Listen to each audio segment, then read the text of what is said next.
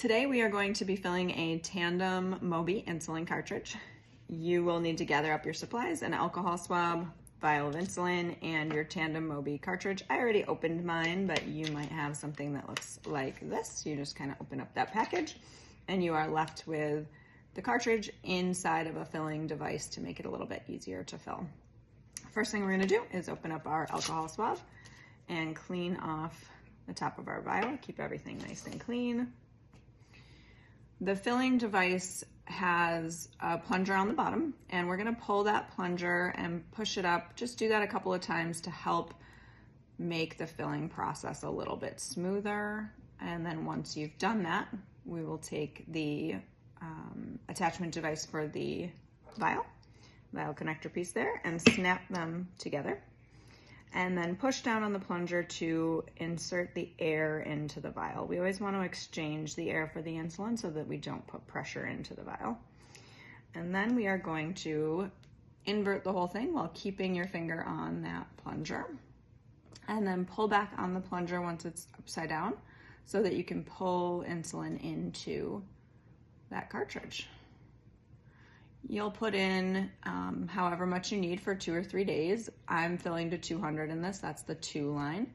So you're gonna pull back until you get that, and you're gonna tap out any air bubbles that are in there. So tapping the cartridge just moves the air up to the tip here so that it can be squirted back in to our vial.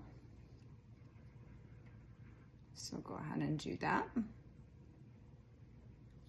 And then you can invert everything and watch the cartridge to see if any air bubbles move. I did have one big one move, not sure if you can see it there, but if that happens, you're just going to kind of tap, make sure that you get everything up to the top and squirt it into the vial. And sometimes you may have to go back and forth a little bit. You may need to pull back a little more insulin, and then double check for some bubbles again to make sure you got everything out and that you have all insulin and no air bubbles in there. If you have little teeny tiny champagne air bubbles, that is okay. Then we are going to disconnect the vial connector from the vial. So we can just pull those two apart. And then you're going to disengage the cartridge from this system. There's a little lever here that if you push backwards on or push down on, depending on how you're holding it, you can then pull this piece away.